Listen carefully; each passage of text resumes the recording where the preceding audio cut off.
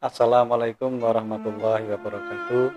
Begitu kita memasuki bulan Ramadan ini, maka berpuasa itu sangat baik bagi kesehatan jiwa. Dalam kehidupan modern cenderung membuat setiap orang itu memiliki beban psikologis yang tinggi dengan ditandai oleh berbagai stres yang muncul.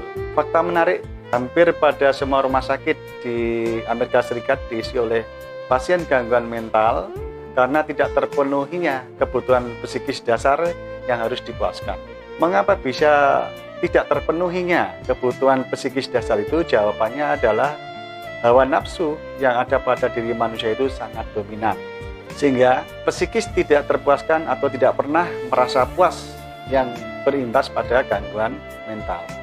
Menurut Zakiah Darajat, ahli psikolog agama, menilai pelaksanaan agama dalam kehidupan sehari-hari itu dapat membentengi diri untuk tidak terjadinya suatu stres dan dapat pula mengembalikan jiwa yang sedang gelisah.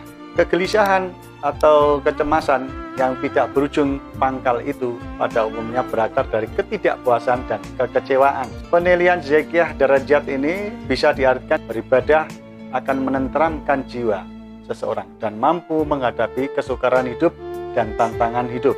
Beribadah dalam ajaran Islam meliputi sholat, bersedekah, berpuasa, dan menunaikan ibadah haji dan lainnya. Sedangkan berpuasa secara terminologi adalah ibadah yang diperintahkan oleh Allah SWT bagi hamba-hambanya yang beriman dengan cara mengendalikan diri dari syahwat dan makanan, minuman, dan hubungan seksual serta perbuatan-perbuatan yang merusak nilai puasa itu sendiri sejak terbit fajar sampai terbenamnya matahari.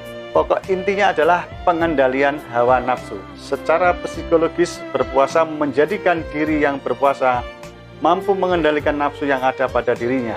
Berpuasa berpengaruh positif pada rasa atau emosi, cipta atau rasio, karsa atau will, karya atau performance, dan menjadikan pribadi yang sabar dan ikhlas. Akhirnya, berpuasa menyehatkan mental karena ada latihan kejiwaan yang dilakukan dengan jujur menahan lapar dan dahaga meskipun sedang seorang diri tidak ada yang mengetahuinya.